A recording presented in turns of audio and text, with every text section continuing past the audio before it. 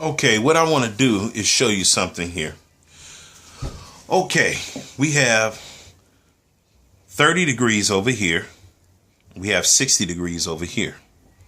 You can see how sharp and long this one is, but you can see how blunt this one is. You know, if you had a straight line going down the side of this thing, you can see how blunt it is. You can see how stubby it is compared to the other side. If I put a straight line here, you see how stubby that is, how shallow from here to here? But look how long this line is from here to here. So you know that the one with the sharper angle, the steepest bevel, go on the lowest side of the roof, which is a 712 in this case. And on the 1212 side, it's going to be 30-degree bevel on here. You see? So now that we got that out the way, now what we want to do is determine plywood cut and angles. Okay? Because this is in the Roof Framers Bible and in the Marshall's Gross construction book. You know, I forget the name of the book now, but whatever. So what we're going to do, we're going to take this measurement here, the total run. We're going to take this measurement here, the total run for the layout, you know, hooking this one and pulling 16 on center. You see, we're going to take this measurement, and this measurement, remember now, this measurement right here is this space right here, all the way to the center of the hip, not the side of the hip, the center of the hip. Okay. That's what that is.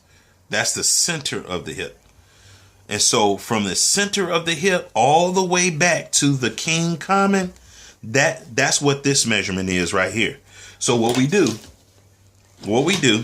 is we get the measurement here. We're going to do the feet because we got it in feet and inches. We're just going to do it in feet. 1.129 divided by, we're going to divide this by the length of the rafter. Okay. Divided by 2.242 equals. It's 0.503. Now let's look at the Roof Framers Bible and see how close I am. Okay.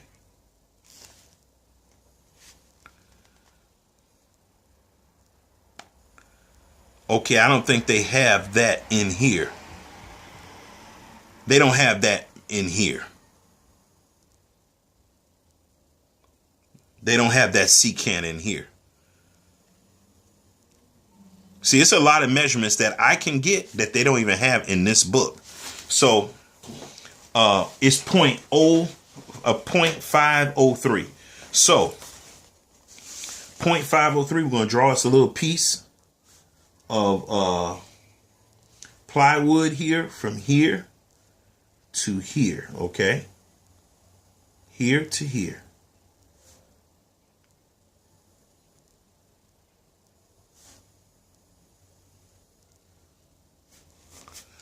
All right, hold on a second.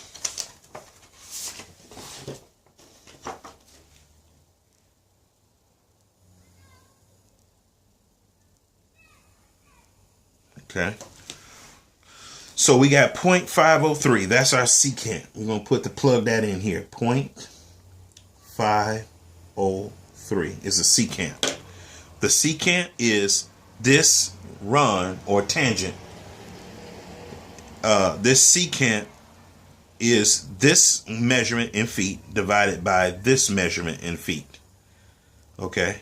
Well, this measurement in feet divided by this measurement in feet gives us this answer. 0.503. Now what we do is take 503 and multiply it times 48. Because what that's going to do is tell us how long this measurement is here. Times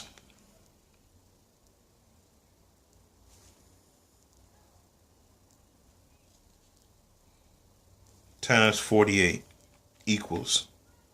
So we got 24.17. Now we got 21.47. Now what we want to do is do the Pythagorean theorem to figure out what this angle is going to be. What this angle is going to be. And that's basically what you're going to be taking out of the sheet. Okay? So, the way we do that, the Pythagorean theorem, is simply by punching in 24.17 squared plus 48 squared equals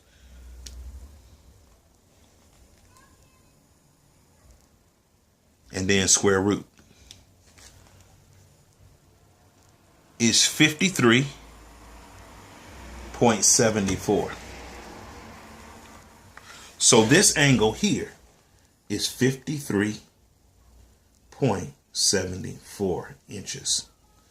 Okay, so we know that all the angles on the plywood that's going to go on this side to fit this corner and lay to the center of this hip is going to be 53.74.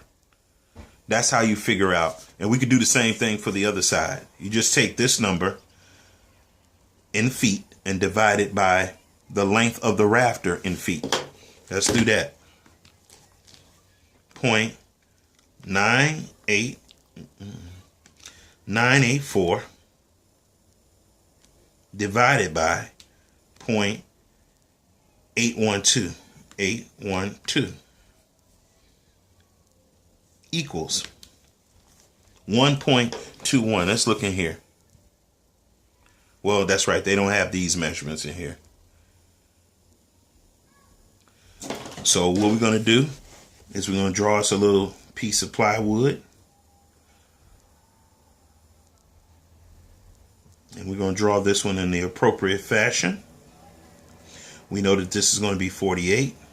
I don't know why we're 44. 48. And we're going to take 48 and multiply it by this secant times 48 equals,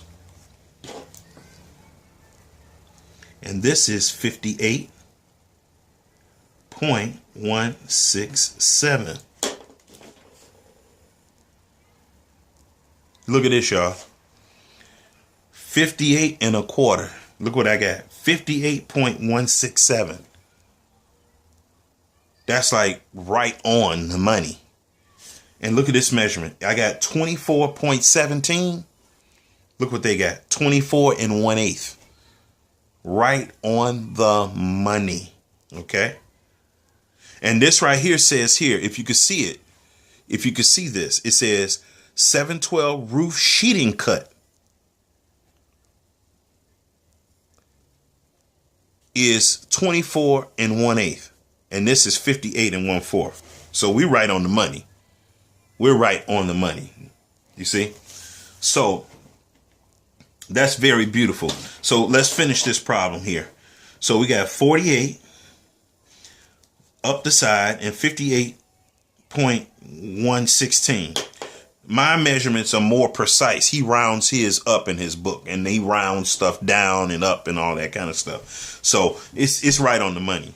Now, what we do is do the Pythagorean theorem with this. So we got 58.167, and we square that, plus 48 squared equals square root.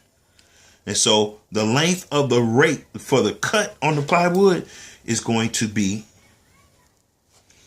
75.415 inches.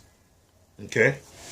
And I guess I should have wrote the secant in this triangle here, just like I did over here. So let's do that. Just go, let's just do it over again from here, from these measurements. We could do it from here, from these measurements. It's going to be the same thing.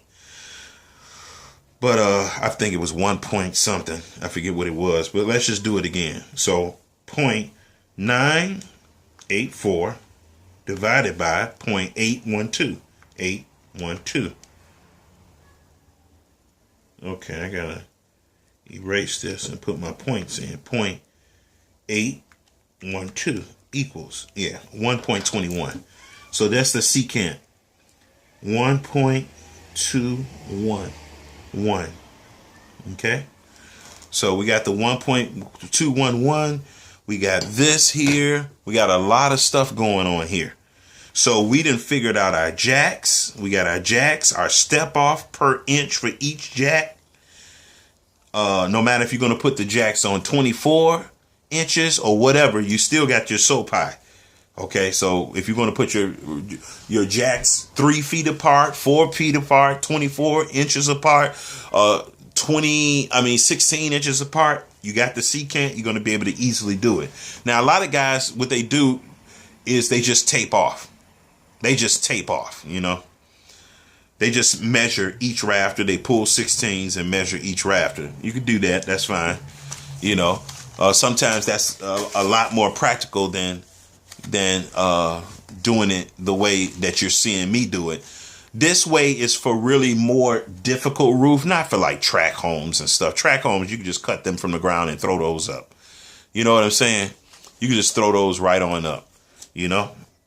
So we covered a lot of material here. Now, another thing that we haven't figured out that I like to figure out is the overhang for the hip. The overhang for the hip. Okay. And the way that I do that is I draw a little triangle here. Okay. Now, usually my picture, my graph, piece of paper like this is way more, a lot more neater. I'm going to show you how much neater it is. Here's an example right here. Look at this one here. You see how neat that one is and uncluttered it is? It got all the measurements on it you need. All the measurements you really need is on here. Everything is on here. You know, everything is on here. You see, but this one right here, you know, I'm doing a tutorial and try to explain it and all that kind of stuff. So let me show you something here. Now, our overhang is 16 inches. From here to here is 16 inches. Now, watch this. From here to here, from here to here is 16 inches. But you got to measure all the way to the center of the hip. Or the hip, okay? And so you have to add 16 plus 11.436. Let's do that. 16 inches plus 11.436 equals. Okay, so from the center of where the hip intersects all the way to the outside of the subfascia is exactly 27 and it's basically 3/8. But I'm going to put it down in hundredths of an inch. Okay, so what I'm going to do here is I'm going to put an arrow here. This is all cluttered up. 27.436. Okay, and that represents from here to here. Okay, we're just going to draw an arrow all the way to the valley. Okay, now from here to here, we already know that that's 16 inches. So this is what I do. So we got 27.436 and we divide that by 16 inches to get our secant. And we got 1.7147. Now, what we want to do now is, let's see if I remember this. See, this is a lot to memorize when you're not doing it every single day or you're not doing it frequently. You know, let me see. What you do is you put that in, then you press the second tan figure, and then which will give you 59.75, which is basically the bevel. 59.75 is basically the same thing as 60 degrees. Okay, so And then what you do is you change the degrees into, let me see if I remember this. 1 cos. And then we multiply it times 14 inches. 14.5 equals.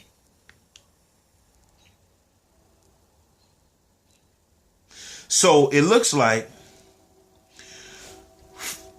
from our overhang, from the center of the overhang, all the way, and I deducted 1.5 inches. That's why I did the 14.5, because our rafter is going to hit to the inside of 1.5 inches subfascia. It comes out. Okay, I'm going to have to check this. I'm going to have to check this part here.